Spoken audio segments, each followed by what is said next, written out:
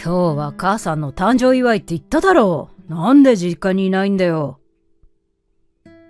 夫の修は私が電話に出るなりそうわめき始めた。今日は修の母親である美智子さんの誕生日会。家族のことなど全く顧みない夫に代わり、私はずっと美智子さんの面倒を見てきた。そして彼女の誕生日が近づいたところで今回のパーティーを企画したのである。いくら母親のことを放置している息子とはいえ、誕生日会くらいは呼んだ方がいいだろうと思い、私は単身赴任中の修に今日のことを知らせた。しかし彼は時間になっても現れず、電話をしてきたかと思うといきなり大声を上げたのだ。いきり立つ修の言葉に、私は隣にいる美智子さんと顔を見合わせる。そして事態を察し、二人して笑い合った。おい、何笑ってんだよ。明らかにムッとした声で文句を言う修。確かに私は先日、美智子さんの誕生日会をやるから実家に来るようにと修に連絡した。約束通り来たのに、私たちがその場にいなければ怒りたくなるのも無理はないというものだ。しかし彼は一つだけ勘違いしていることがある。私が来るようにと言った実家はそこではないのだ。だから私は笑いを含んだままの声でさらりと答えた。今、美智子さんと実家よ。え？彼は状況がつかめないようで困惑した様子でつぶやく。そして私の口から語られた事実に大きな焦りを見せるのだった。私の名前は佐藤由美、38歳。在宅で働く会社員だ。夫の修と娘の葵と3人で義実家近くの賃貸アパートで暮らしている。2つ年上の修と結婚したのは私が25歳の時。その翌年には葵が生まれ、私は仕事をしながら育児に励んできた。今では葵ももう12歳になるので、それほど親の手を必要とすることはない。しかし、娘が生まれたばかりの時は、それは大変だったものだ。葵はとにかく寝ない子で、ミルクを飲んでいた頃はまともに睡眠をとった記憶がない。私は毎日寝不足でフラフラになりながら育児をしていたが、その辛い時期を何とか乗り越えられたのは、義母である美智子さんのおかげだ。美智子さんは初めて会った時から私のことを本当の娘のように可愛がってくれた。葵が生まれた時は誰よりも私のことを心配し、頻繁に手伝いに来てくれたのである。私の両親はすでに他界しており、実家はそのまま残っているが、そこには現在誰も住んでいない。どれほど辛くても実の親に頼ることができなかった当時の私にとって、美智子さんの手助けは本当にありがたいものだった。美智子さんは年を取るに従って足が悪くなり、さらに葵が成長したこともあり、以前ほど我が家に来ることはなくなった。それでも私たちの仲は今でも良好だし、葵も彼女のことを慕っている。私にとって美智子さんは第二の母のような存在で、育児のことに限らず何でも相談してきた。最近の相談内容はといえば、もっぱら修に関することばかりである。修は仕事熱心ではあったが、家事や育児には非協力的で、育児で辛い時も頼りにすることはできなかった。いくら在宅とはいえ、私も働いてるので、少しは家事を手伝ってほしいと訴えたこともある。しかし、一日中家にいるんだからそのくらい一人でできるだろうとまともに取り合ってくれなかった。確かに彼の方が収入も多いし、仕事に集中してほしいという思いはあるのだが、会話も少なく寂しさを感じることも多かった。美智子さんには私のそんな思いを聞いてもらっているのだが、彼女はいつも私の話に優しく耳を傾けてくれた。最初は姑に実の息子の愚痴を言うのはどうかとためらう気持ちもあったのだが、彼女はいつもそんなことは気にしなくて大丈夫と言ってくれる。その言葉に甘え、私は何かあるたびに美智子さんに相談を持ちかけるのだった。それからも修が家事などに協力することはなく、私は一人で家のことをすべてこなしていた。そんなある日、彼から驚きの提案をされる。最近家事もだいぶ適当になってきたし、そろそろ仕事辞めなよ。え？何の冗談かとまじまじと彼の顔を見つめるが、どうやら本気で言っているようだ。私は慌てて反論する。ちょっと待ってよ。これから葵にだってどんどんお金がかかってくるのに、仕事を辞めちゃったら。俺の稼ぎだけじゃやっていけないっていうのか？そういうわけじゃないけど。いきなり怒鳴られ、私は驚きと恐怖に口を紡ぐ。確かに、修の収入だけでも暮らしていくことはできるが、葵のためにもしっかりと貯金をしておいた方がいいはずだ。しかし、彼はこれ以上の反論を許さなかった。いいか？嫁は夫に従うものなんだ。俺が仕事を辞めろって言ったら、おとなしく辞めればいいんだよ。吐き捨てるようにそう言うと、足音荒く去っていく。私はそんな彼の後ろ姿をただ呆然と見送ることしかできなかった。今となっては信じられないことだが、修も結婚当初は優しかったのだ。私は彼のそんな優しいところが好きで結婚したのだが、どうやら当時は本性を隠していたらしい。いつからだろうか、修の言動が横暴になっていったのは。彼は徐々に私に高圧的な態度を取るようになり、娘が生まれてからは家計への入金額まで減らしていった。私の大切な持ち物を勝手に処分されたこともあったが、文句を言っても俺に逆らうのかと怒られるばかり。こうして彼は徐々に私を支配下に置くようになっていったのである。結婚当初は気づかなかったが、今にして思えば、修は彼の父親にそっくりだった。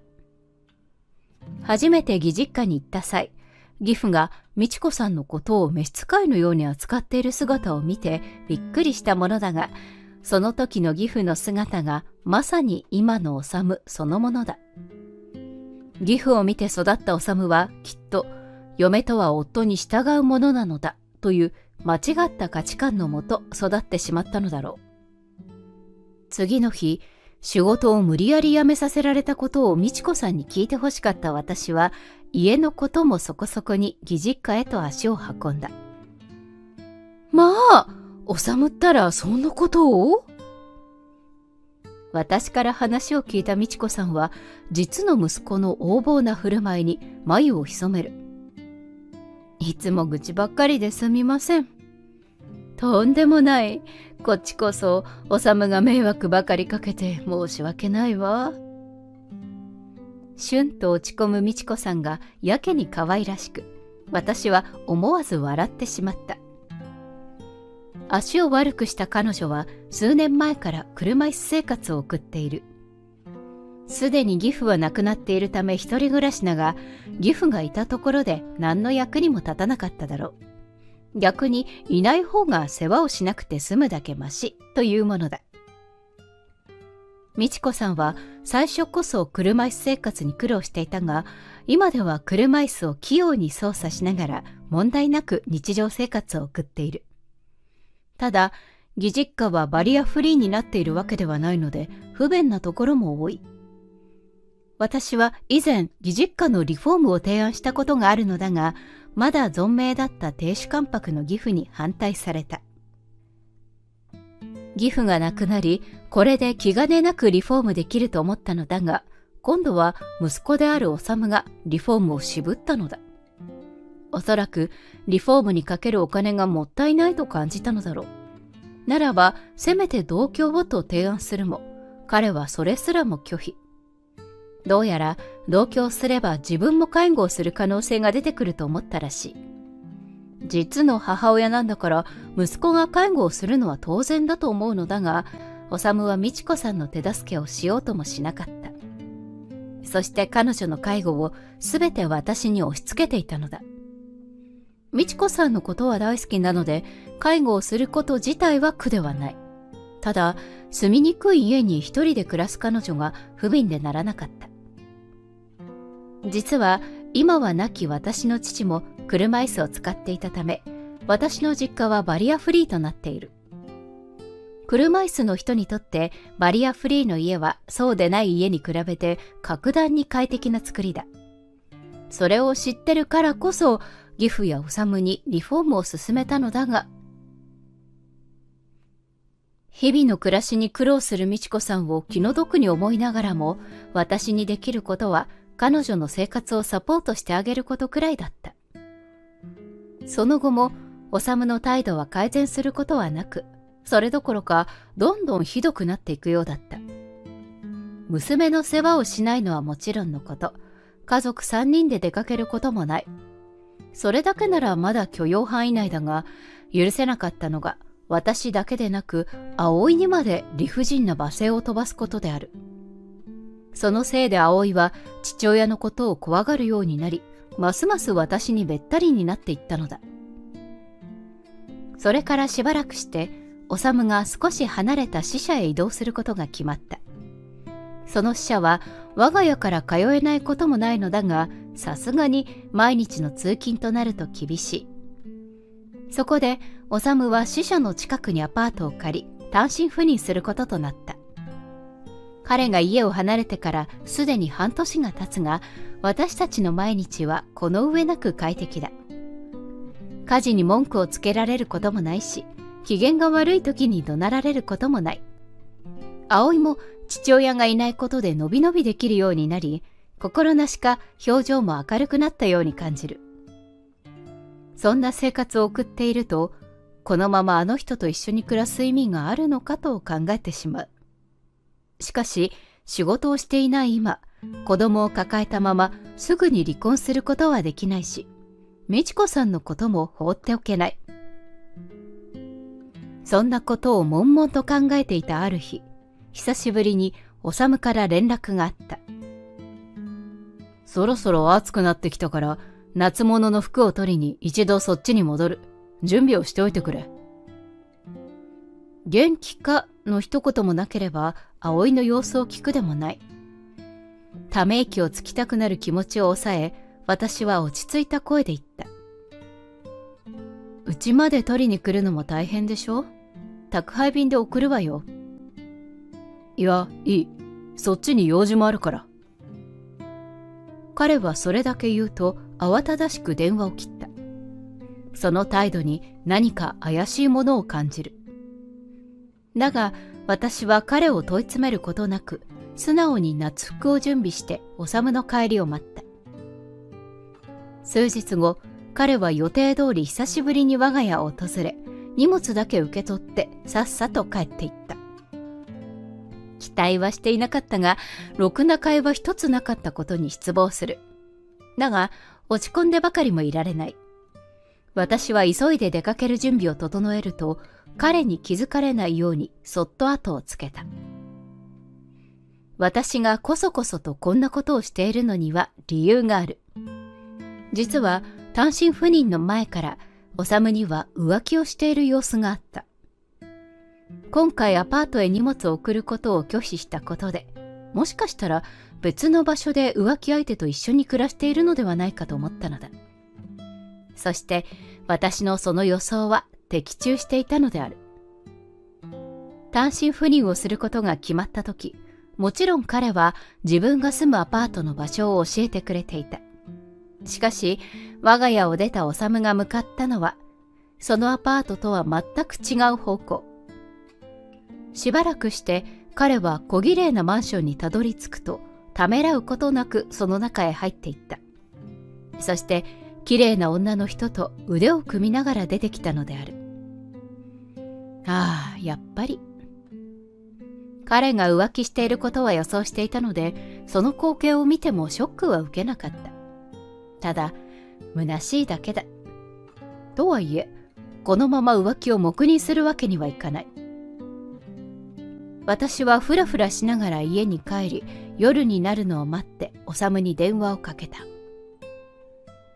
もしもし、修、ちょっと聞きたいことがあるんだけど。なんだよ、いきなり。忙しいんだから早くしてくれ。彼の不機嫌そうな声にひるみそうになるが、私は心を奮い立たせて単刀直入に尋ねる。あなた、浮気してるの？は？何言ってんだよ。そんなわけねえだろ。まるで威嚇するように大声を出す修。虚勢を張っているが、焦っているのが丸分かりだ。私はできるだけ感情的にならないよう気をつけながら、今日見た事実をそのまま伝えた。すると修は一瞬言葉を失った後、まるで自分は悪くないとばかりに私を責め始める。人の後をつけるなんて何考えてんだよ。お前がそんなに姑息な女だとは思わなかったわ。姑息な女という言葉にさすがに私はムッとする。誰のせいでこんなことしたと思ってるのよ。だいたい悪いのは浮気してるあなたじゃない。それなのにどうして私が責められなきゃいけないの？浮気なんかしてない。あの人とは仕事上の付き合いで会ってただけだ。とんでもない言い訳に私は呆れ返って何も言えなくなってしまった。腕を組んで歩くような関係が仕事中の付き合いのわけがない。とにかく彼女とのことはお前には関係ないことだから、これ以上口を挟むな。また俺の後をつけるなんてことしたら許さないからな。修は最後まで浮気のことを認めず、一方的に怒鳴り散らして電話を切った。私は通話の切れたスマホを眺めながら憂鬱な気持ちでため息をついたのだった。それから数日後、私は義実家で美智子さんの食事の世話をしていた。修の単身赴任が始まってから彼女の体調が悪化してしまい、たまに起き上がれないほどになってしまう。そんな日はすぐに連絡をしてもらい、こうして私が日常生活のサポートをするようにしているのだ。最近は調子が悪くなる日も多く、このまま彼女を一人にさせておくのは心配だった。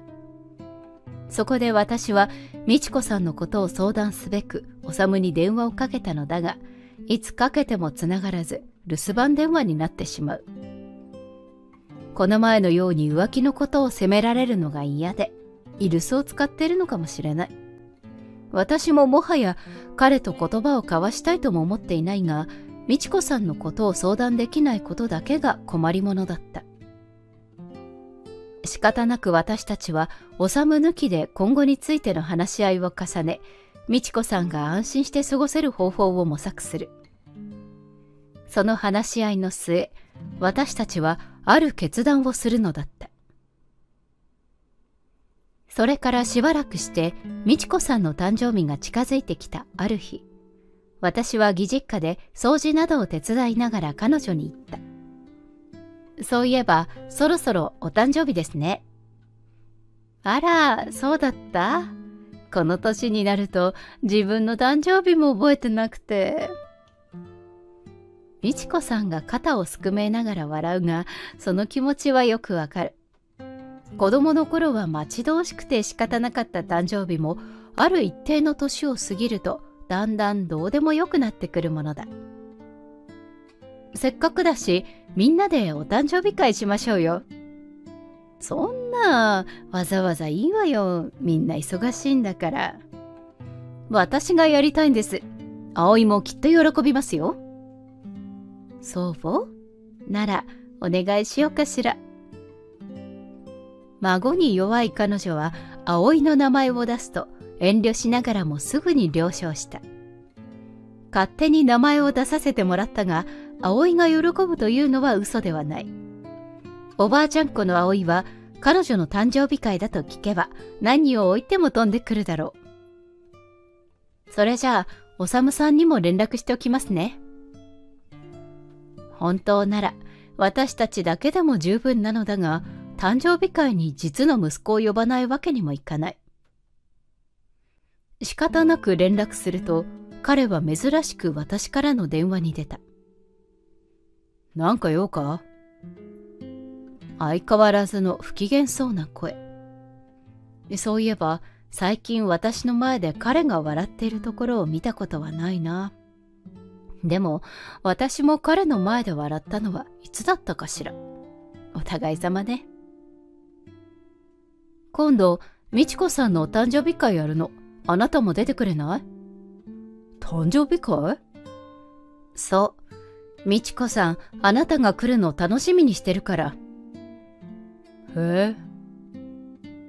全く関心がなさそうな様子のおさむに、私は誕生日会の日付を伝えた。それで、プレゼントも用意したいんだけど、いいかしら。勝手にしろよ。母親のことなど何とも思っていないような冷たい返事。私は顔をしかめながら、そんな彼に念を押すように言った。あなたが来なかったらがっかりするだろうから、ちゃんと来てよ。まあ、行くだけ行くよ。最後の最後まで冷たい態度を崩さず、おさむはそっけなく答えて電話を切った。そして迎えた誕生日会当日。私は豪勢な料理を用意し、美智子さんや葵と楽しい時間を過ごしていた。そこへ、いつまで経っても姿を現さないおさむから電話がかかってくる。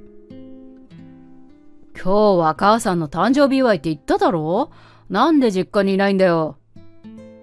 電話に出るなりわめき出すおさむ。私は隣にいる美智子さんと顔を見合わせ、事態を察して笑い合った。おい、何笑ってんだよ。明らかにムッとした声で言うおさむに、私は笑いを含んだまま答える。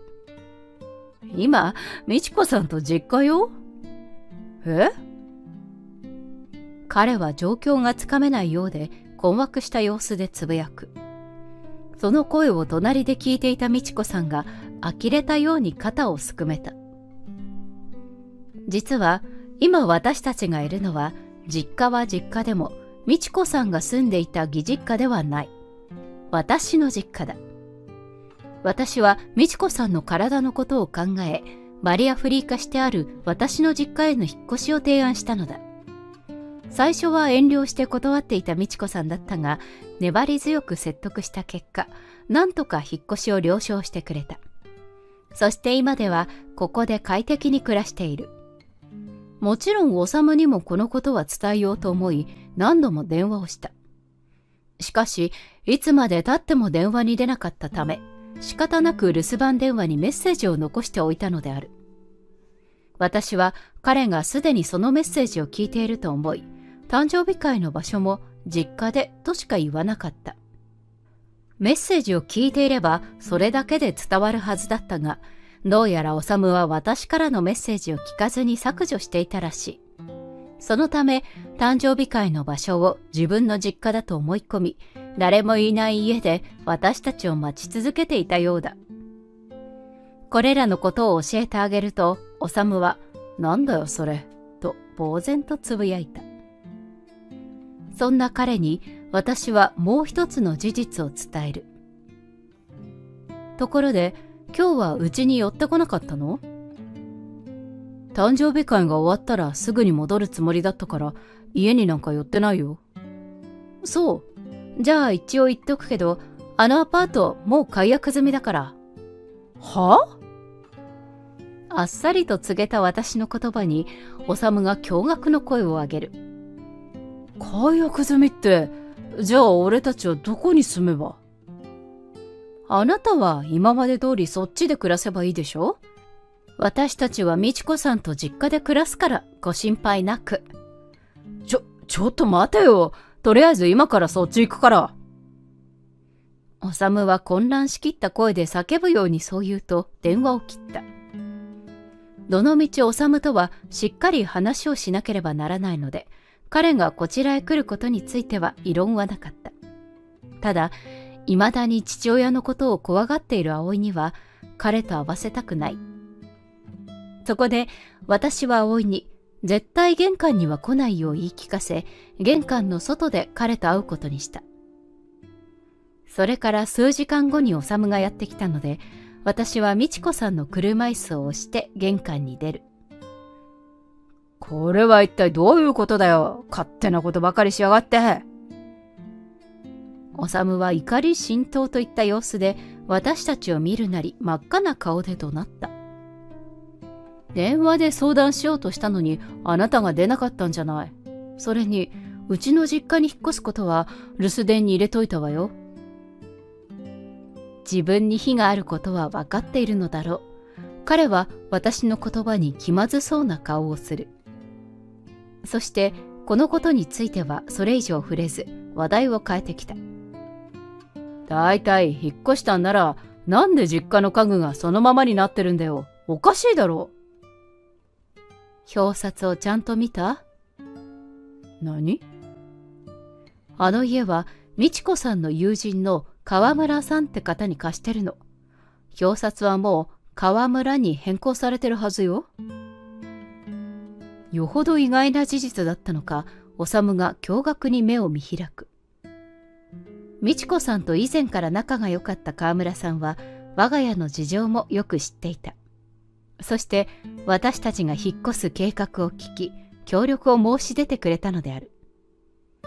義実家にあった大きな家財道具は処分も大変だし、そのまま川村さんに使ってもらうことになった。鍵もまだ変更されていないため、修はまさか義実家に他の人が住んでるなんて思いもしなかったのだろう。私からの説明を聞いた修は顔を青くし、握った拳をブルブルと震わせる。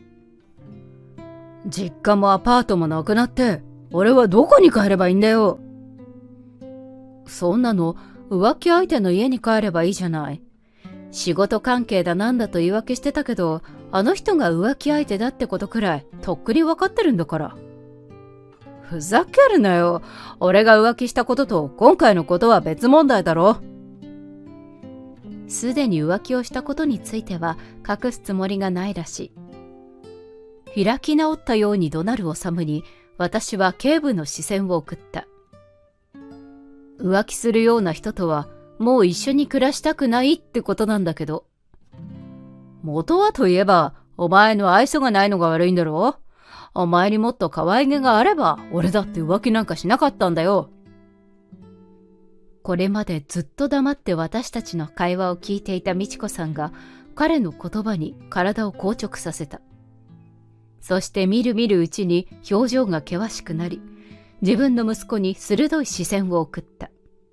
しかし、修はそんな母親の変化にはみじんも気づかず、興奮状態でわめき続ける。だいたいアパートにあった俺の荷物はどうしたんだよ。あなたの私物は全部うちの倉庫に置いてあるわ。ちょうどいいから全部持って行ってちょうだい。私の言葉に修は激怒し、顔を歪めながらこちらへ手を伸ばす。そして私に掴みかかろうとしたまさにその時、門戸の外からシャッター音が聞こえた。修は慌てて手を引っ込め、焦った顔でそちらを振り向く。そこにいたのはスマホのカメラをこちらに向けている川村さんだった。修がこちらに向かってくるのが分かった時、いざという時のために美智子さんが彼女を呼んでいたのだ。これ以上騒ぎを起こすなら警察を呼びますよ。彼女はスマホのカメラを構えたまま毅然とした態度で修に警告した。修は罰が悪くなったのか騒ぐのをやめ、不満そうな顔で黙り込む。そんな彼の目の前に私は離婚届を突きつけた。なんだよこれ。見ての通り離婚届よ。慰謝料も養育費もいらないから、今すぐ私と離婚してちょうだい。は？お前バカなのか？仕事もしてないお前が離婚なんかして生きていけるわけないだろう。これまでも修は離婚をちらつかせて私を言いなりにさせてきた。今回も少し脅せば私が言うことを聞くと思ったのだろうが、私はまだ彼に言っていないことがある。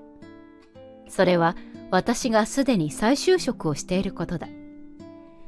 修の浮気が決定的となり、このままでいいのかと悩み始めた私は再び仕事を始めたのだ。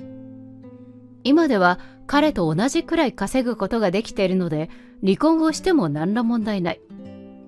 冷静にそれらのことを告げると、修はかなり衝撃を受けていた。そして途端にうろたえ始め、顔に冷や汗をかく。いや、でも葵はどうするんだ？子供には父親が必要だろ？自分の機嫌で子供を理不尽に罵倒するような父親、いた方がいいと言えるかしら。葵も、あなたにはもう会いたくないと言ってるわ。そんな。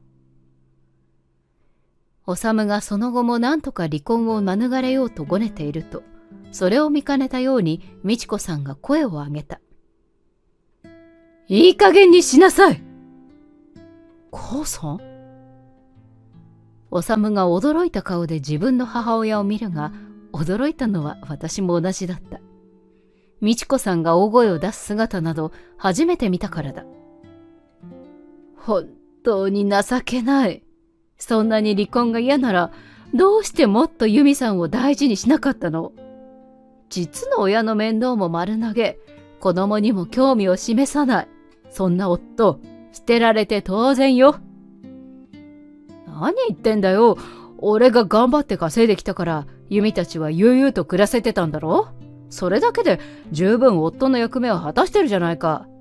介護のことだって、由美が母さんのことを気に入ってるからやらせてやったんだ。修は慌てて弁明するも、その言葉はどれも非常に自分本位なものだった。相手の気持ちというものを一切考えていない。息子の言葉を聞いた美智子さんはますます怖い顔になり、彼のことを厳しく追及する。お金を稼げばいいってものじゃないでしょ？本当に妻を大事にしてる人はね、家のことも子供のことも協力し合うものなのよ。それなのに、あなたと来たら自分のことばかり。挙句の果てに浮気だなんて、妻をバカにするにも程があるわ。母親からここまで怒られたことのない修は驚いた顔でおろおろしている。美智子さんが実の息子にここまで厳しくするのには訳があった。それは私と彼女の境遇が全くと言っていいほど同じだったからだ。亭主関白な義父は美智子さんに罵声を浴びせかけたり、極端な節約をさせたりと、常日頃から彼女に辛く当たっていたらしい。また、浮気をされたり、子育てを丸投げされるなど、私が修にされたことのほとんどを美智子さんも経験していた。だからこそ彼女はいかに自分の息子とはいえ、修のことが許せなかったのだ。あなたのことはいつも由美さんから聞いていたけど、父親と全く同じことをしてると知って、私がどれほど悲しかったか。私はこれまで修の暴言や葵への無関心さ、浮気をしていることなどを美智子さんに相談してきたのだが、それらの話を聞いた彼女はかなり落ち込んでいた。そんな美智子さんの姿を見た私は、あまりにも遠慮なく修の愚痴を言い過ぎたと反省したのだが、どうやらそれが原因ではなかったらしい。彼女は自分の息子が父親そっくりに育ってしまったことにショックを受けていたのだ。あの人があなたに、嫁はしっかり教育しろ、男は稼ぐことが一番と言い聞かせてるのを聞いたときは、本当にそっとしたわ。でも、それを正そうとしなかった私にも責任はあるわね。彼女は目を伏せながら悲しげに語っていたが、そこで顔を上げると、修のことをきっと睨んだ。だからといって、あなたが由美さんや葵ちゃんにしたことは許されることじゃないわ。これ以上、あなたを甘やかさないためにも、今日限りで親子の縁を切らせてもらいます。は？母さん、何言ってるんだよ。本気か？私は本気よ。今後あなたのことは息子とは思いません。いきなりの絶縁宣言にさすがのおさむもショックを受けたらしい。打ちひしがれたような顔でふらりとよろける。なんでそんな。母さん、考え直してよ。今さらもう遅いわ。あなたにできることはさっさと離婚届を書いて由美さんを解放してあげることだけよ。するとおさむは私の方にちらりと目を向け、仕方なさそうに離婚届を受け取った。そして仏頂面でサインをすると、私の胸にそれを押し付ける。その頃には騒ぎを聞きつけて近所の人たちが集まってきており、遠くから私たちの様子を伺っていた。川村さんも相変わらずスマホを構えたまま、何かあればすぐに通報できるようにしている。ようやく彼らの視線に気づいた修は居心地の悪そうな顔になり、その場から逃げるようにして立ち去った。修に無事離婚届を書いてもらった数日後、私はまだなんとなくすっきりとしない気持ちを抱えていた。彼がこのままおとなしく引き下がる気がしなかったのである。そしてその悪い予感は当たり、先日の騒動からほどなくして修から電話がかかってきた。葵に会わせろ。彼の開口一番のセリフがそれだった。今さら何をと私は顔をしかめる。この前うちの実家に来た時でさえ、彼は娘のことなど一言も口にしなかったのだ。そんな人が本当に葵と会いたがっているとは思えない。逆に不信感を覚えた私は彼の要望をきっぱりと拒絶した。葵は絶対にあなたに会わせないわよ。あの子のことなんてずっとほったらかしにしてたくせに、今さら父親面しないでよ。なんだと？私の言葉に修は怒り立ち、激しく罵倒してきた。自分の勝手な都合で父と娘の仲を引き裂こうってのか？お前はどこまで冷たい女なんだよ。お前のそういうところが家庭を壊したんじゃないのか？母親にあれだけ諭されたというのに、修は全く反省していない様子だ。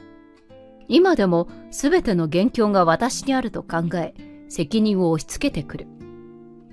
結局何も変わっていない元夫に落胆するとともに、離婚することができてよかったとしみじみ思った。その後も修の罵声は続き、悪意のある言葉が私の心をえぐっていく。さすがにこれ以上耐えきれないと思った私は、彼の言葉が終わるのを待たずに電話を切った。この時、はっきりと断ったにもかかわらず、その後も修からの着信が止むことはなかった。応答せずに無視を貫いても何度も何度もかかってくる。そのうちに私は電話の着信音を聞くだけで動悸がして夜も眠れなくなっていった。今にして思えばすでにノイローゼ気味だったのだろう。ただ一つだけ幸いだったのが、葵自身が父親に会うことを拒否してくれたことだ。電話では修にああ言ったものの、やはり子供の意思は尊重しなければならない。そう思い、葵にお父さんに会いたいかどうか確認したのだが、彼女は迷う素振りも見せず、会いたくないと即答した。葵は未だに父親に怯えており、会うことはもちろん、電話で話すことさえ嫌がっている。こんな父親の記憶しか与えてあげられなかったことは申し訳ないと思うが、それでも葵が父親に会いたがらなかったことにほっとした。もしお父さんに会いたいと言い出していたら。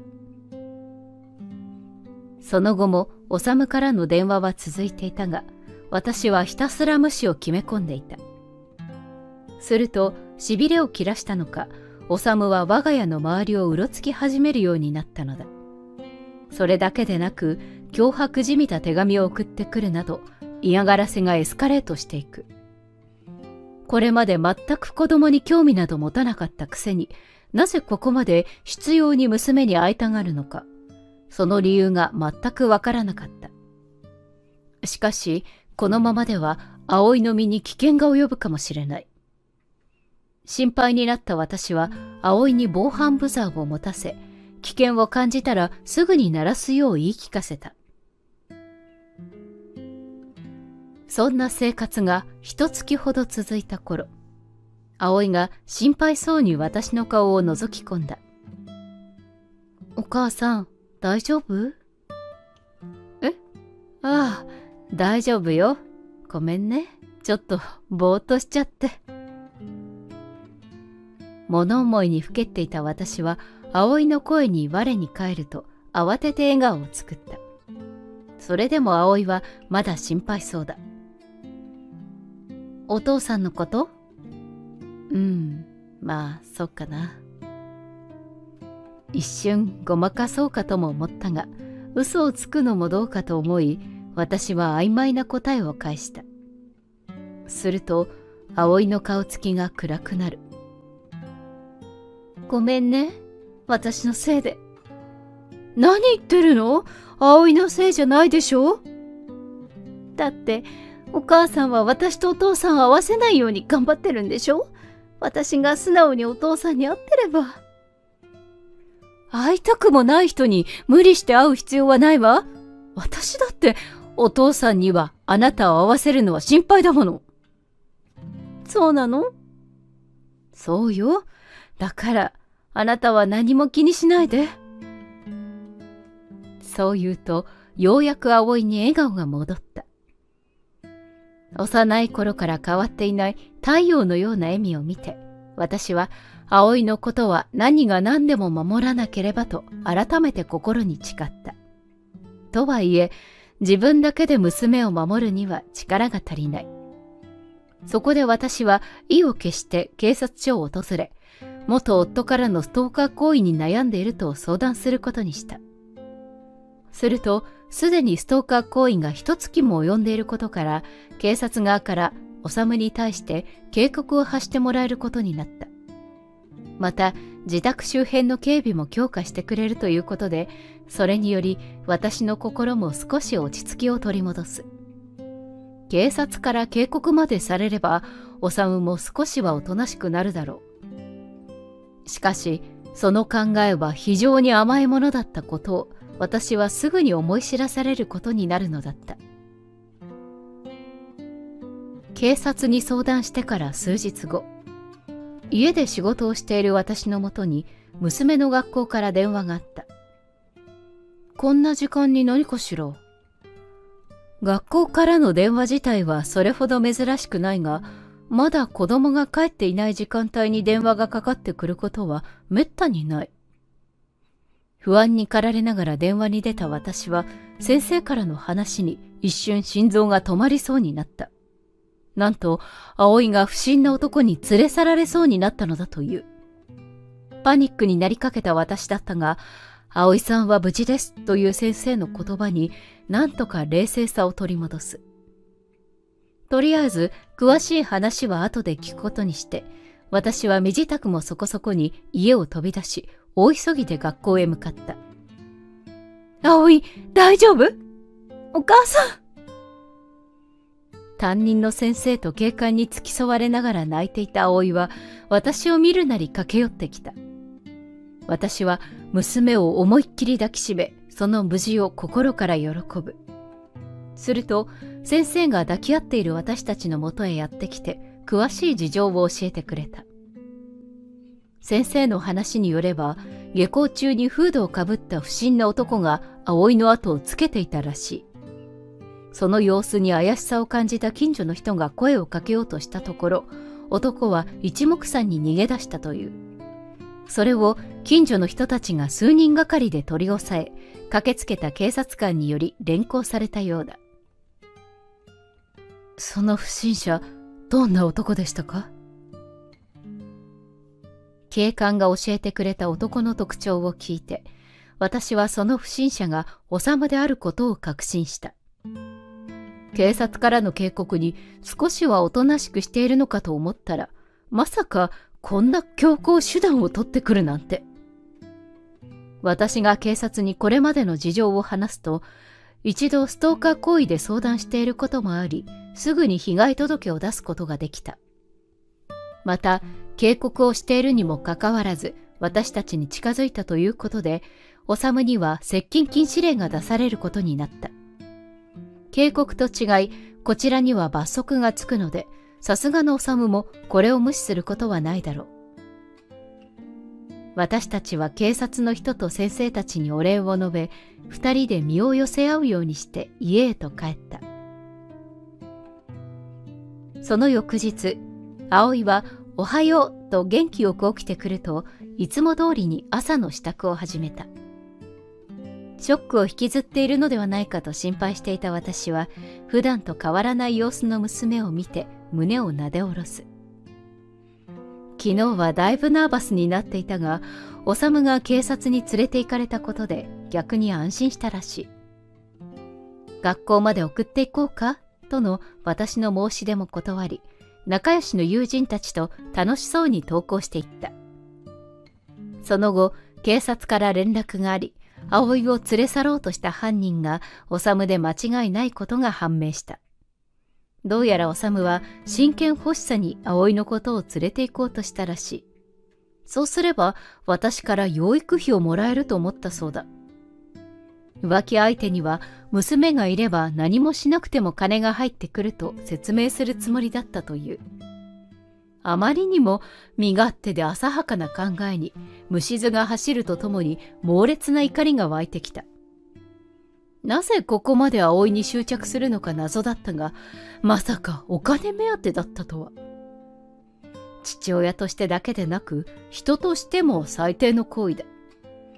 もしこのことで葵がトラウマでも負うことになっていたら、私は一生修を許さなかっただろう。最悪な事態になる前に葵を助けてくれた人たちには本当に感謝してもしきれない。今回の件を美智子さんに報告すると、彼女は呆れ顔で頭を押さえた。自分の息子ながら本当に情けない。先日のお礼も兼ねて川村さんも招いていたのだが、彼女もさすがに何もフォローできないようだ。無言で苦虫を噛みつぶしたような顔をしている。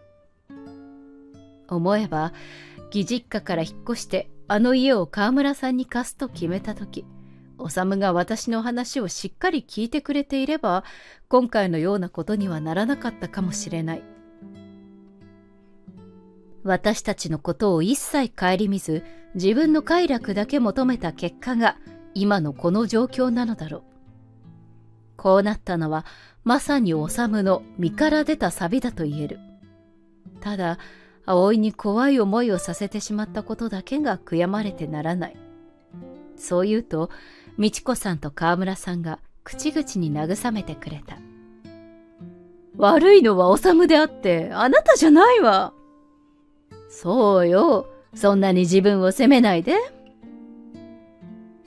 二人の温かい言葉に思わず涙があふれてくる。そして私は涙を拭いながら背筋を伸ばした。こうやっていつまでも沈んでいる方が葵にとって良くないことに違いない。私は葵のためにもくよくよするのをやめ、前を向いて歩こうと決意したのだった。その後、修は警察に連行されたことが会社にバレ、信用をなくしてクビになったそうだ。もしもこれまでの彼の行いが良ければ、誰かしらがかばってくれたかもしれない。しかし修は会社でも女性を見下したり、部下に対して高圧的な態度をとったりしており、これまでに多くの問題行動が報告されていたようだ。そのため、擁護してくれる人が誰もいなかったという。収入がなくなったことで浮気相手ともうまくいかなくなったようだが、こちらへ帰ってきても住む場所はない。仕方なく単身赴任のために用意したアパートで一人寂しく暮らしているそうだ。もし私が慰謝料を請求していたら、彼はさらに窮地に追い込まれていただろうが、私はそこまで求めなかった。浮気や暴言などを証明するものがなかったことも理由の一つだが、それ以上にもう彼と関わり合いになりたくないという思いが強かったのである。川村さんは修に慰謝料を払わせるため、彼が私につかみかかる瞬間をカメラに収めようとしたようだが、結局うまく撮れなかったと苦笑いしていた。しかし彼女があそこでシャッター音を鳴らしてくれたからこそ、私は暴力を受けずに済んだのだ。助けてくれた彼女には心から感謝している。修が私たちの前から消えて全てが終わると、私たち家族はようやく自分たちの時間を気兼ねなく過ごすことができるようになった。精神的にも元気になった美智子さんはリハビリへ通い出し、少しずつだが杖を使えば歩けるようになってきた。再び自分の足で歩けるようになった彼女の顔は喜びでキラキラと輝いている。私は美智子さんの介護をしながら仕事をしていたが、最近では一緒に家事などもできるようになった。また彼女に編み物を教わるなど、これまでできなかったことに次々とチャレンジしている。一方の葵はあんな大変な目にあったにもかかわらず、明るさを失わないまま素直で優しい子に成長してくれた。自分を脅かす存在の父親がいなくなったことで、毎日とても楽しそうだ。また最近は少しずつ料理を覚え、3人で台所に立つことも少なくない。あー、餃子の皮破れちゃった。大丈夫よ、少しぐらい破れても味は変わらないわ。楽しそうに料理をする2人を見ていると、やっと心の底から幸せと思える暮らしを手に入れられたんだと実感する。この先何があっても私たち3人なら大丈夫。これからもお互いに支え合いながら笑顔で暮らしていこうと思う。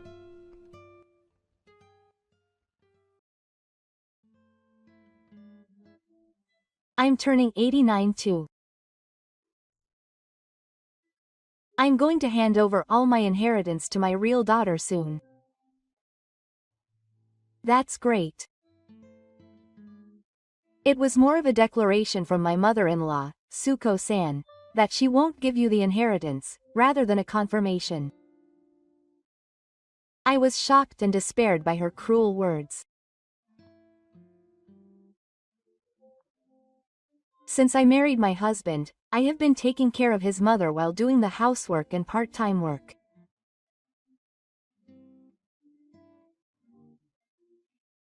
Even after my husband died of illness, I endured her selfish attitude and took care of her desperately to fulfill her last wish to support his mother until the end.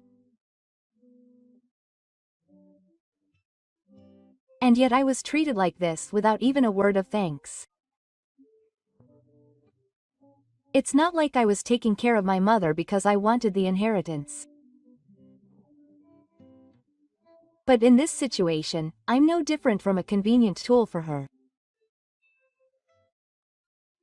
I was painfully aware that she didn't think of me as a family member, and it made my heart ache. At the same time, a certain resolve was made within me.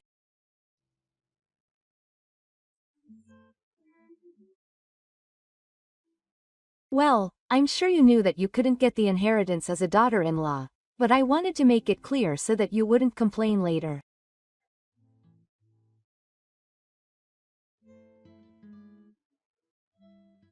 From the looks of things, even if her daughter hadn't come back, her mother probably had no intention of giving me the inheritance.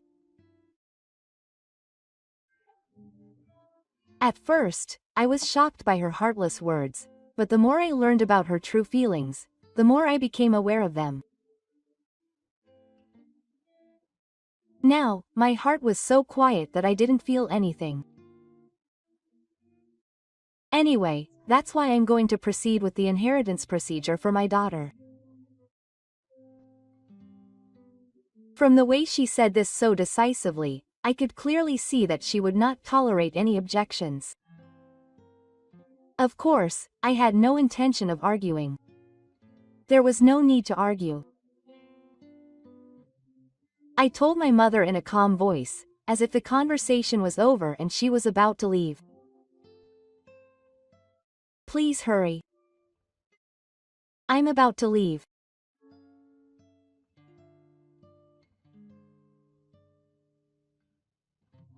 My name is Hirose, 57 years old. I work at a local supermarket and live with my husband and his mother, Samiko, in a pseudo-family home. I didn't hate working itself, but at my age, standing work is tough. My legs and back hurt after work, and I was exhausted every day. But even when I get home, my work isn't done. When I get home, my husband and mother are waiting for me to cook dinner and take care of her. Is dinner ready yet? I'm sorry. I'll prepare it right away. As soon as I get home, I start preparing dinner while apologizing to my mother who complains. My mother is not dead, but she has been in need of care for several years. Therefore, I continue to take care of her while managing my time. However, my mother has always been a selfish person and has always taken it for granted that I, her wife, should take care of her. Instead of thanking me for continuing to take care of her, she just complains like this. I whip up my tired body, quickly finish cooking and bring the meal. She takes a bite and grimaces, saying it's bland.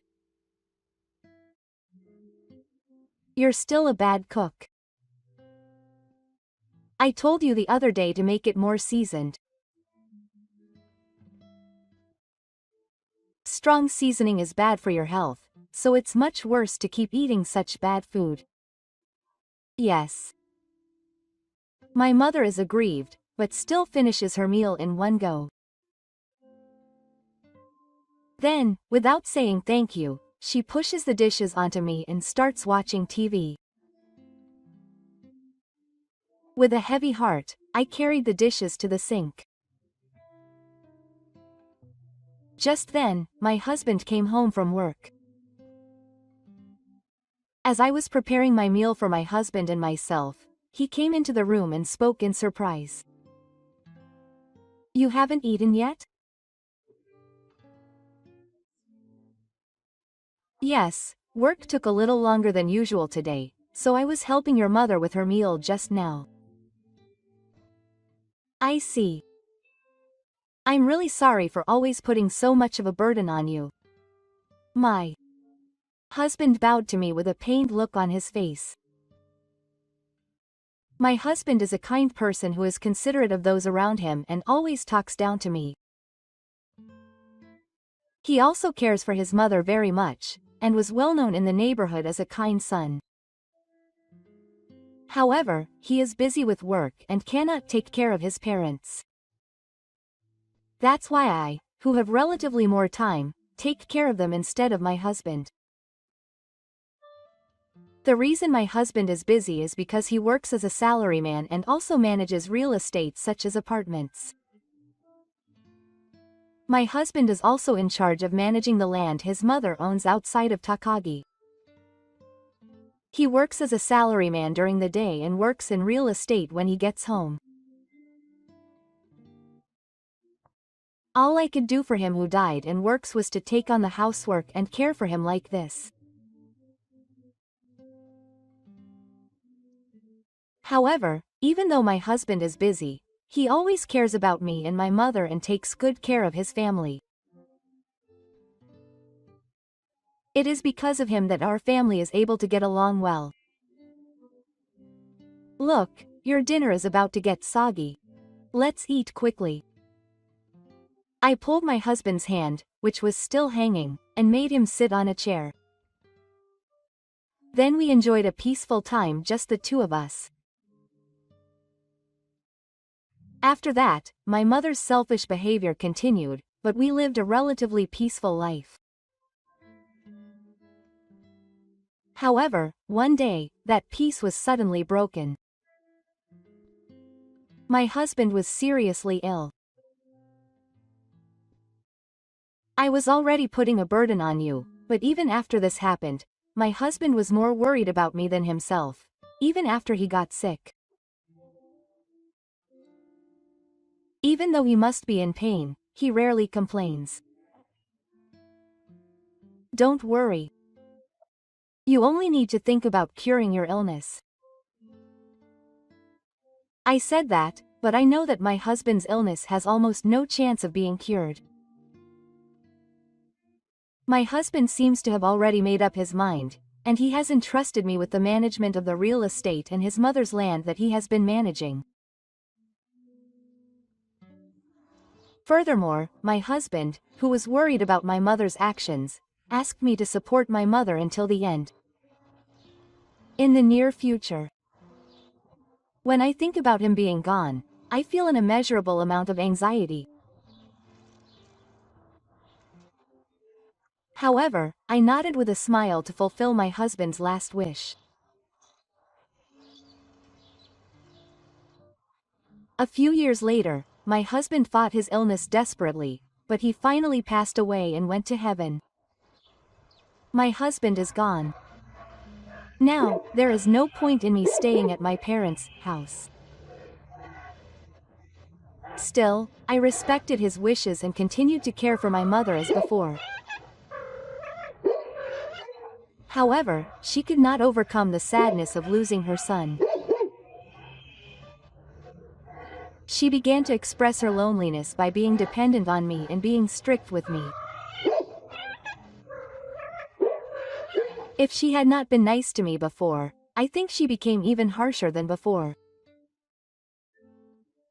Mister, my back hurts, so can you do it? Yes. Is it here? Not there, but a little higher. Can you not be stronger? You're not strong enough.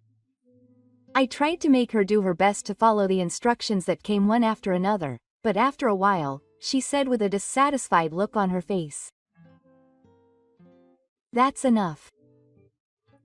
You really can't do anything. It doesn't feel good at all. I'm sorry." I was called in more often than before like this, and this time I was criticized and I was depressed. Until now, my husband's presence had healed me, but now that he is gone, there is nothing to comfort me.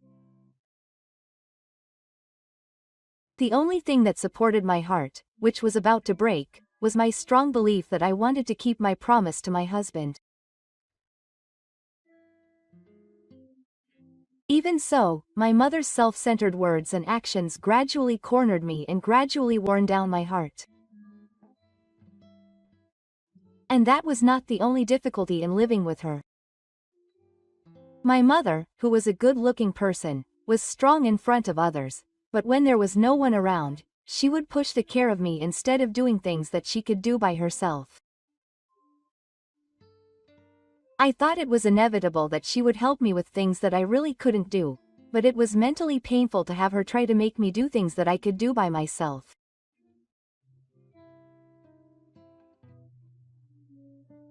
After living like this for 7 years, a big change occurred around me as I continued to live as a caregiver. My guru, Rena, who I hadn't seen for many years, suddenly returned. Rena walked in the funeral of my husband, but I haven't seen her since. She didn't seem to care about my mother, who needed care, and she left all of my biological mother's affairs to me. I wondered why Rena had come back home, and she started to tell me why she had come back. I've gotten older and lonely, so I thought it might be a good idea for me to live with my mother. I'm sure it would be more reassuring for your mother to have a real daughter nearby. I'm glad she's thinking about me. I guess there are some things you can't understand when you're a stranger. She spoke in a happy voice, as if she had forgotten about all that, even though she had been left alone for so many years. And she didn't forget her nastiness towards me. I felt a sense of emptiness, even though she had never shown me a single smile, even though I had been taking care of her all this time, but I guess it couldn't be helped. But what bothered me more than my mother was Raina's attitude. She said those things, but I couldn't believe that it was her true feelings. As I was thinking about this and listening to their conversation, the topic gradually shifted to the topic of inheritance. Mother, how much of an inheritance do you have? Well, it's quite a bit. I'm the only real child left, so of course all of the inheritance is mine. I was confused by that line and looked at Rena, who looked proud. I wondered why she would say that, since she hadn't even come to see her mother until now. However, her mother didn't seem particularly upset and just said, "I guess so." I felt great disappointment that not only Rena but also her mother were acting as if I wasn't there. I was the one who had devotedly supported her mother up until now.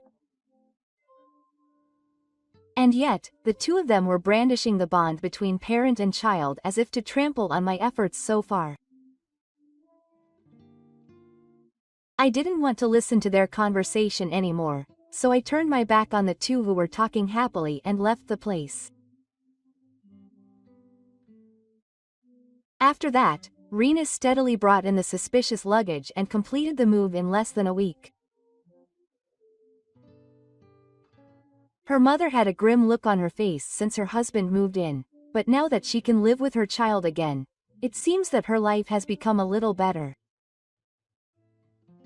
There is more laughter in the house, and both her mother and Rena seem to be having fun.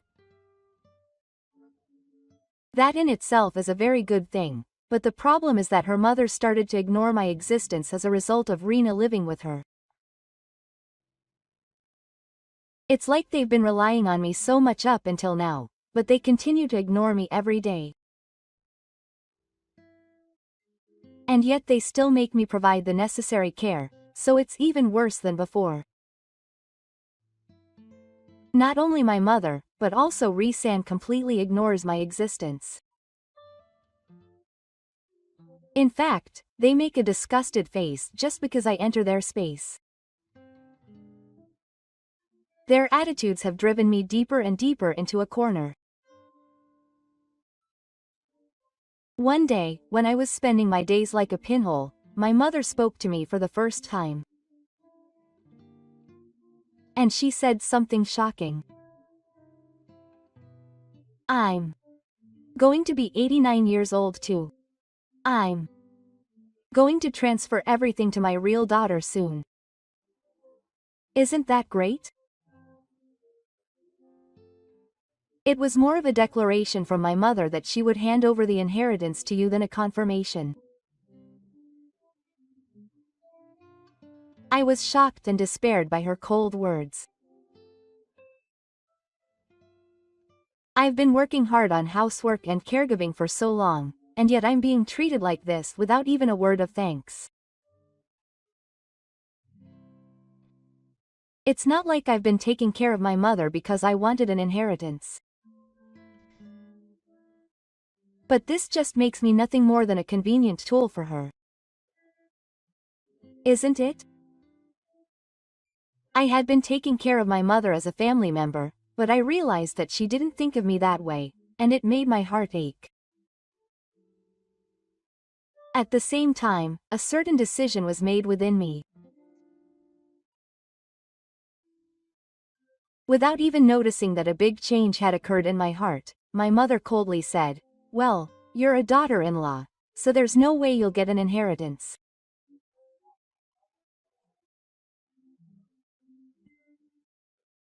I think you knew that, but I wanted to make it clear so that you wouldn't complain later.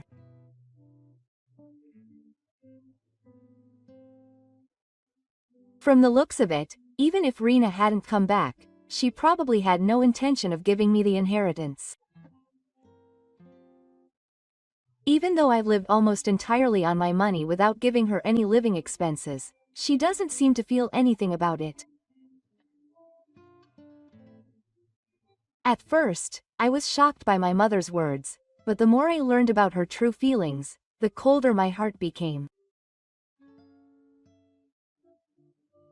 Now, I don't feel anything anymore, and my heart is so quiet.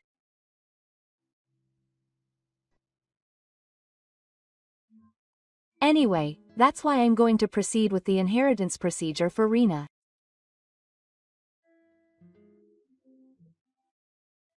The way she said it so decisively made it clear that she wouldn't tolerate any objections. Of course, I had no way to say anything back. There was no need to say anything back. As if the conversation was over, my mother was about to leave, so I told her calmly, "Please hurry. I'm leaving the house now." My mother looked back at me with a suspicious look. "What are you talking about?" "I mean it literally. I'm leaving this house and living alone." My mother's eyes widened and she was at a loss for words at my answer. In fact, I had reached my limit with the recent behavior between my mother and Rena, so I had been preparing to leave the house little by little for a while. Of course, it's not an easy decision to make. I had been thinking about leaving the house and not being able to abandon my mother, but her words made my mind up.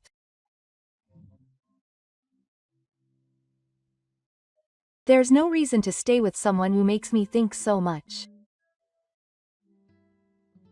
"Are you serious about leaving the house?" I started to get ready in silence as my mother finally came to her senses and shouted. The preparations were almost done, so all that was left was to pack up my valuables. I quickly got dressed and said to my mother, "Well, it's been a long time." I left my parents' house and headed to one of the apartments I had inherited from my husband. Just then, the car left, so I reserved it as a room to live in if something were to happen. Confident that my decision at the time was correct, I started preparing for life in my new home. A few days after moving, I spent my days feeling a bit down, but gradually I got used to living alone and began to live comfortably. I never knew freedom could be so wonderful. I'm now frightened that I had even forgotten such things. That life had become so normal that it had completely numbed my senses. I've had a lot of hardships since Rena came, but now I'm grateful to her for giving me the opportunity to leave the family home. I was hurt by my mother's heartless response to the inheritance, but to be honest, I'm glad I didn't inherit it.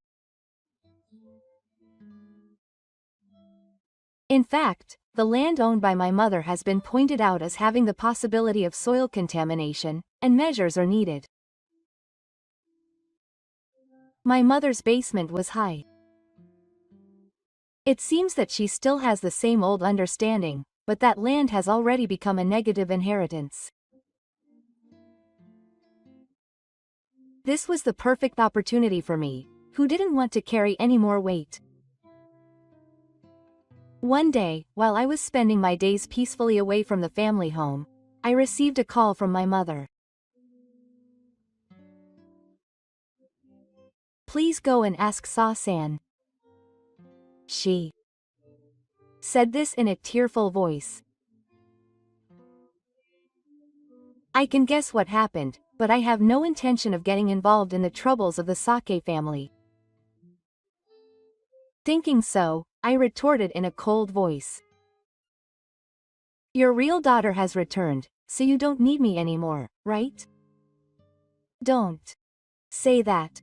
Your son asked you to look after me, right? You can at least listen to what I have to say. I'm weak when people bring up the story of my late husband.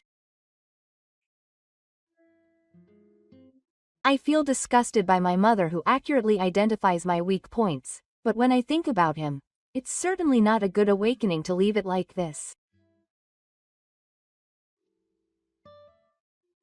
I sighed, but answered that it was just a story, and I went to the Sake family's house for the first time in a long time. So what is the story? The mother and Rina sat in front of me, groaning and looking a little wet. Just as I was getting impatient with the two of them not starting to talk, the mother began to tell me the situation bit by bit. Here's what she said. It seems that after I left, the two of them had been living a carefree life together, mother and daughter. Up until now, I had been in charge of managing the finances, but now that is no longer the case. It seems that mom has started to live extravagantly. It was the same for Rina, and she said that the ease of returning to her parents' home led her to start spending her living expenses on her own. As I listened to mom's story, I realized calmly that this was what I had expected. From the very beginning, I had felt something was off about Rina's attitude. Even though she came back because she was lonely, she stays at home when she has nothing to do, and although she says she is worried about her mother, she doesn't take care of her. And every time she opens her mouth, it's all about the inheritance. I thought she came back for the money, and it seems that was the case. At first, they were living together. But before I knew it, I don't need to hear the story after that. Such a carefree life can't last forever, and the harshness of reality must have come down to them. When I became the one to do it, no one did anything. Mom's health also deteriorated when Rina became the guardian.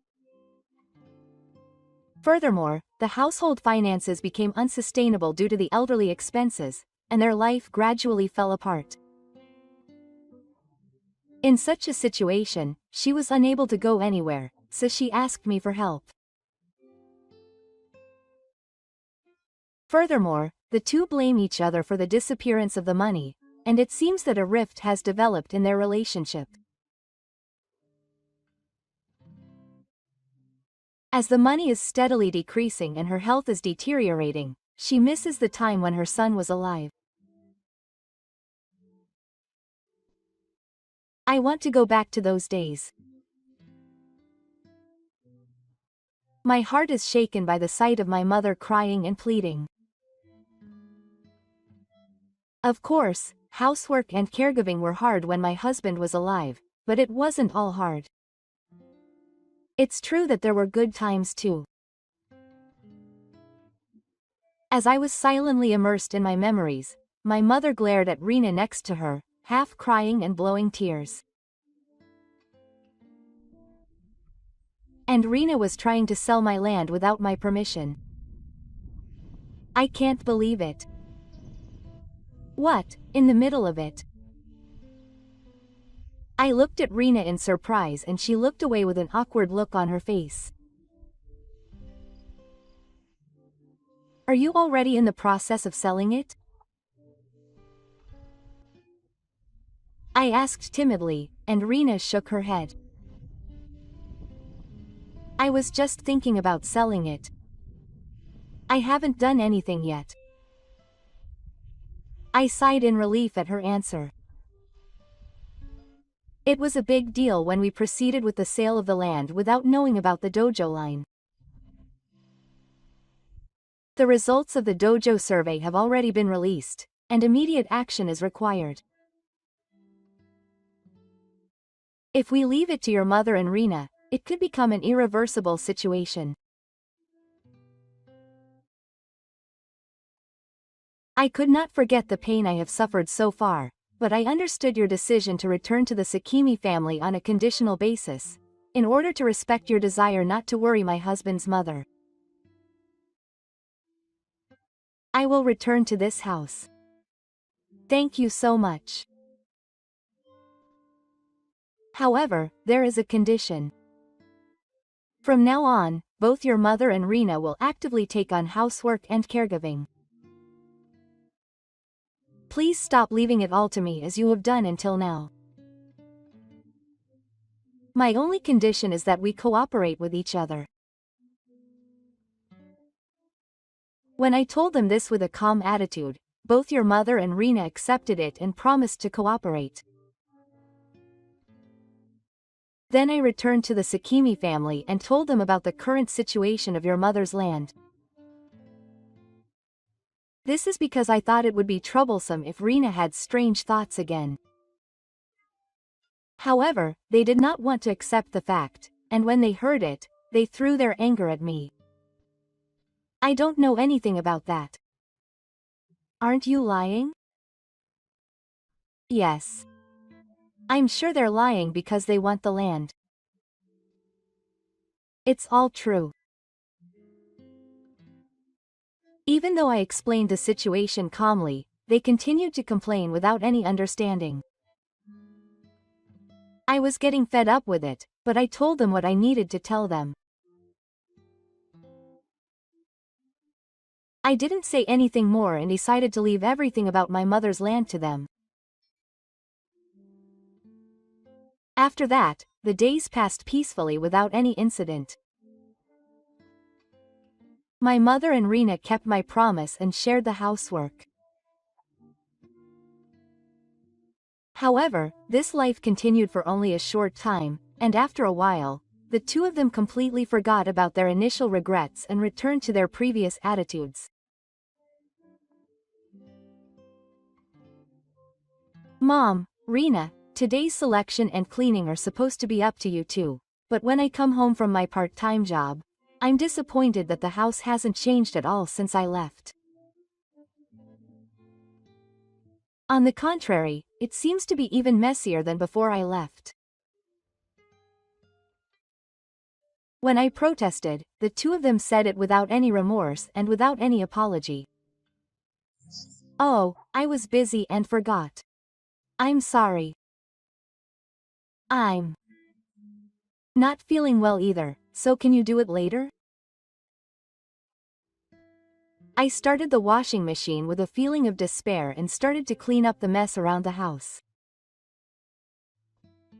Then I quickly made dinner and sat down without doing anything. I served the two of them. I wanted to eat too, but I was so tired that I didn't have any appetite.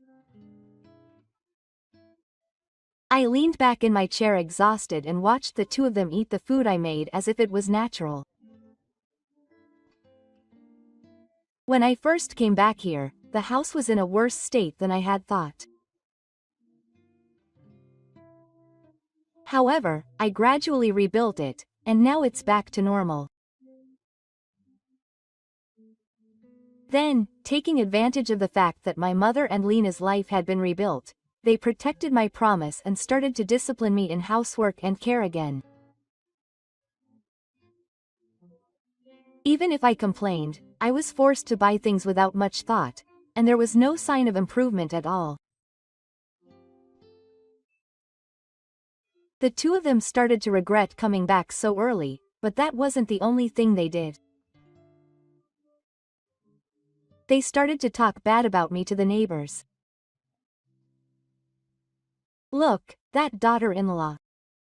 She left home once, but she came back for the money.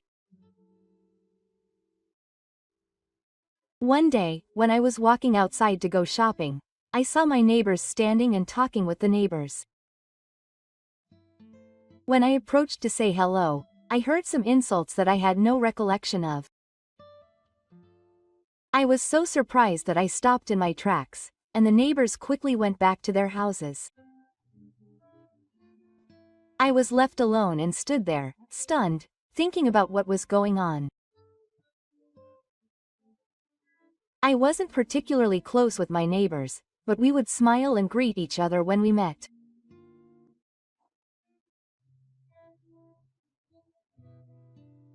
I don't remember doing anything that would upset them, and of course we never talked about the inheritance, so I can only assume that my mother and Rena were spreading rumors about me with malicious intent.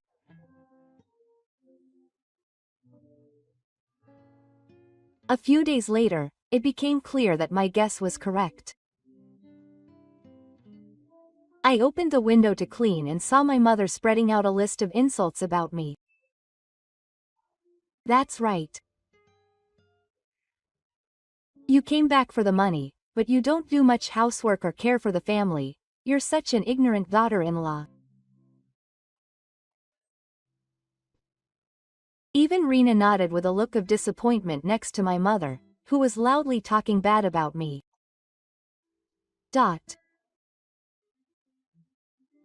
I was so shocked to see the neighbors talking about me with frowns on their faces that I didn't even think about going there to argue.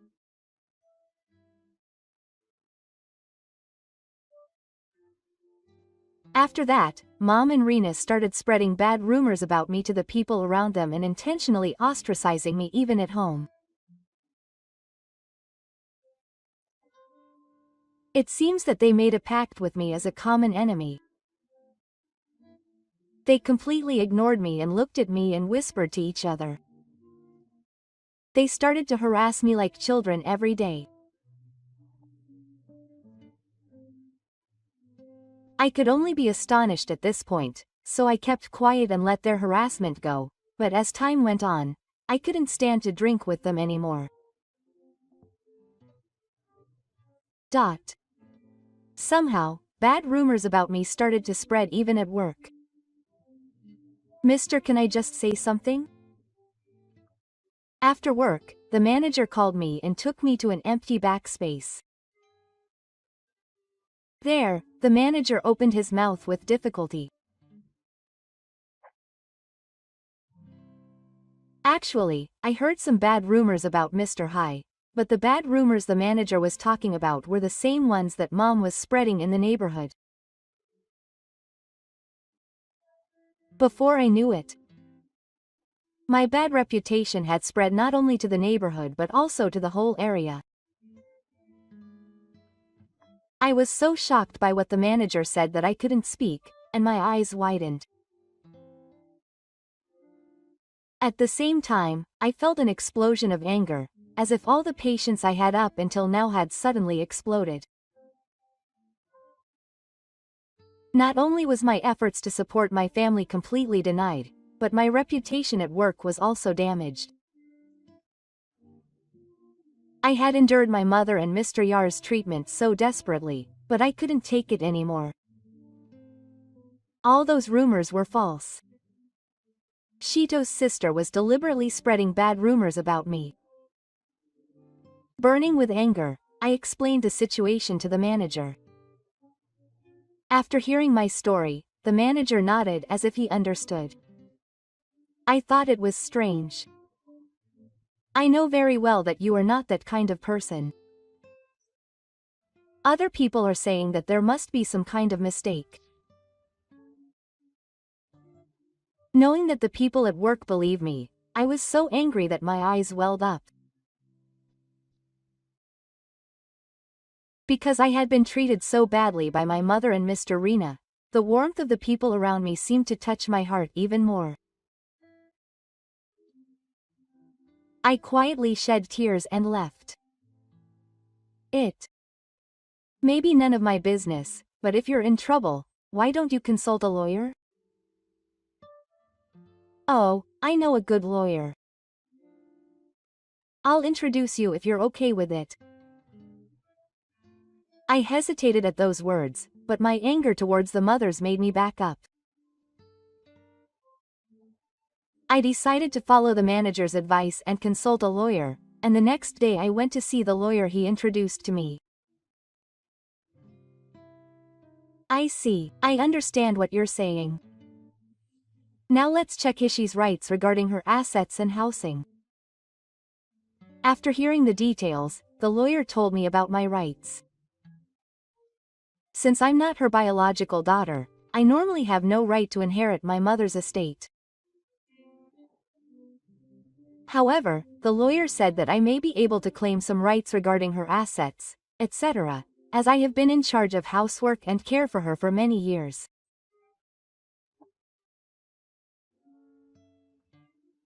He also told me that since I had been supporting my mother's living expenses with my own income, I may be able to request that the money be returned.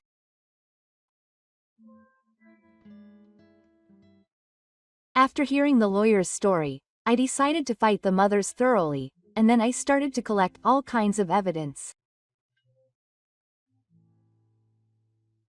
The first thing I did was collect receipts for the living expenses and house repair costs that I had paid up until now, details of the shipping fees, etc. I organized these in an easy-to-understand way so that I could submit them as legal evidence. Then, following the lawyer's instructions, I began looking for testimony that would prove that I had devoted myself to caring for my mother and doing the housework.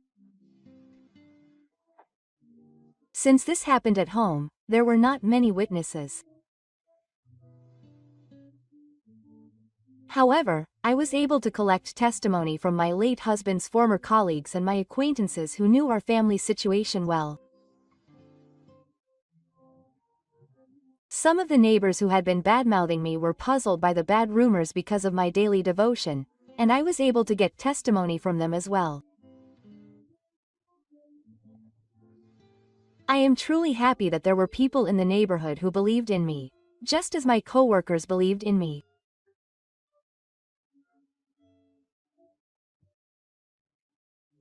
My lawyer pointed out that the slander against me could also be considered an invasion of honor and privacy, and I proceeded with preparations to sue as necessary.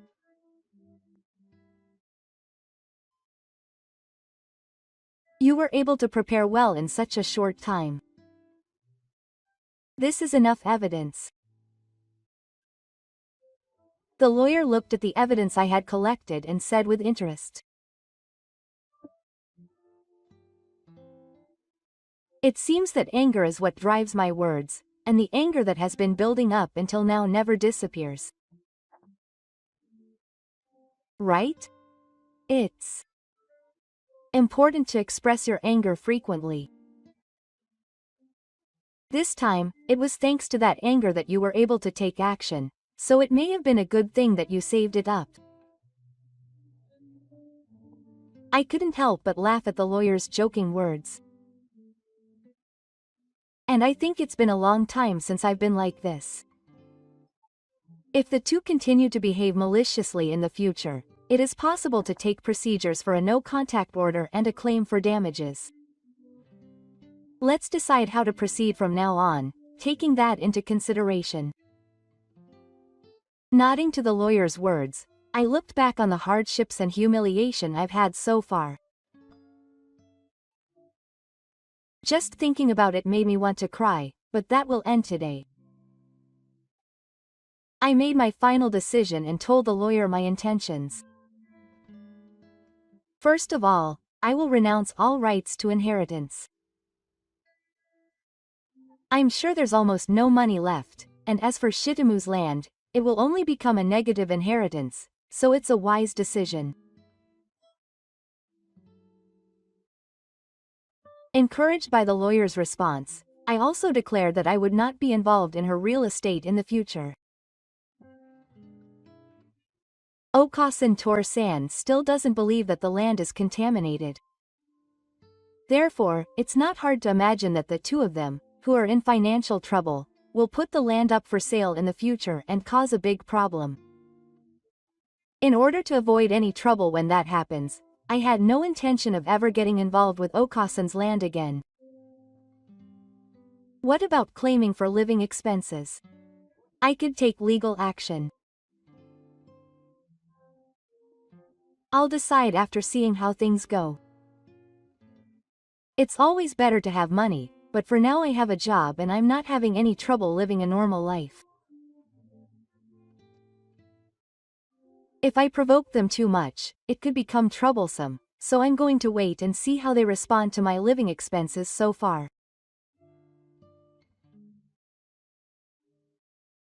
For now, I'll send them a warning letter to stop harassing me, and if they don't follow that, I'll consider a claim for damages and a no-contact order. I understand. So I'll proceed with preparations in that direction. I thanked the lawyer and ended the interview. It takes a lot of strength to fight with someone who once lived as a family. But this time, I'm not going to do it again. This time, I'm going to completely cut off my relationship with my mother and Rena and get my own life back. After that, I left the suspicious family home again and went to the apartment where I had been living. I'm really glad I left the room as it was just to be safe. I told my mother and Rena that I was going to work and left the house, so they didn't get suspicious, but if I didn't return home, they would probably call me. And as expected, that night, my mother called me right away. Quote, "Hey, where are you wandering around? Come home and prepare dinner. I'm not coming back." When I said that, my mother made a silly voice and was silent for a while. Then, as if she had regained her composure, she returned to her usual arrogant tone. "I wonder what she's upset about." "I don't know, but don't say stupid things and come back quickly." "Don't you have any idea why I left the house?" "You're probably trying to say that we don't do housework anyway. But it can't be helped. I can't move my body well. Rena is busy with various things, so family members should help each other out." What a selfish thing to say, I cursed in my mind. The mutual help my mother spoke of was simply something that put a burden on me. If it were me until now, I might have accepted it as inevitable. But if a family can't function without sacrificing someone, I don't need that kind of family anymore. It's a mutual help that's convenient for the night. I have no memory of being helped by my mother or San. What? Besides, I didn't leave home just because I didn't like housework and caregiving. Did you think I didn't know that you two were spreading bad things about me around the neighborhood? It's rude to say bad things about me. We were just chatting. Are you trying to make it sound like I'm a daughter-in-law who came back for money?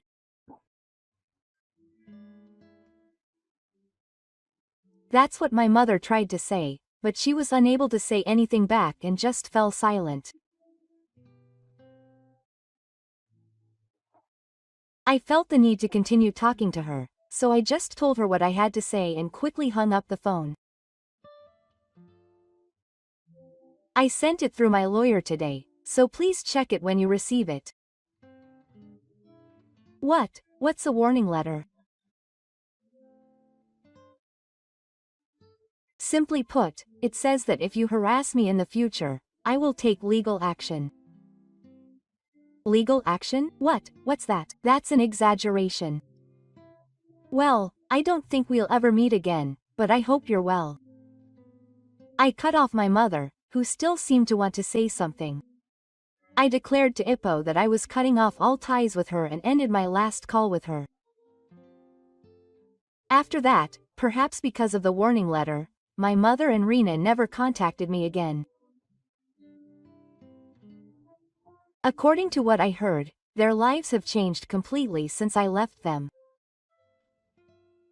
The housework and caregiving that had been left entirely to me fell on their shoulders again, and their daily lives have fallen apart. It seems that the rumors that their mothers had spread were false, and people around them have started to criticize the two for their selfishness. Furthermore, it seems that the household finances have fallen into disrepair as Conair has repeatedly spent money on old age. It is only natural that this would happen if I no longer have an income and continue to spend money without thinking about the consequences. Reina's old-fashioned habits and irresponsibility have become known to those around her, and she has been distanced from her friends and is isolated. Her mother is also in an isolated state, and the two of them attack each other in the house, and the fighting is getting less and less each day. The sound of their arguing can be heard almost every day in the neighborhood. They were finally able to live together as a real parent and child who are connected by earth. It is ironic that as soon as I, a stranger, am gone, the distortion begins. After everything was over, I visited the lawyer to thank him again for his help. Thank you very much for all your help this time. Now I can live in peace. No, not at all. It's all thanks to your efforts, such as collecting evidence.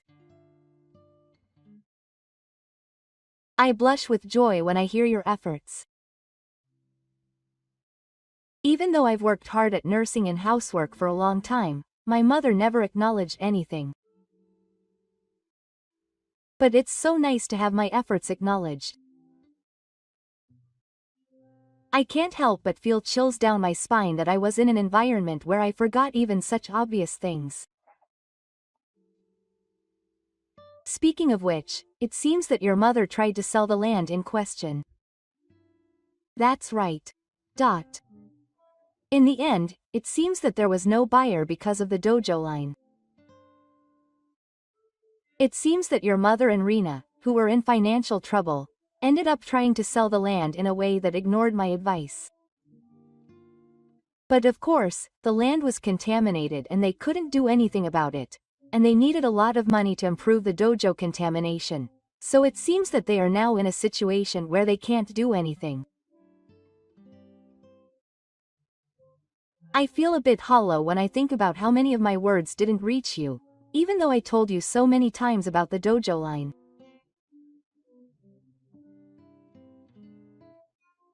But Mr. Heroes has already cut off that empty relationship, so from now on, just think about yourself and enjoy yourself. He is certainly right. There's no point regretting the past.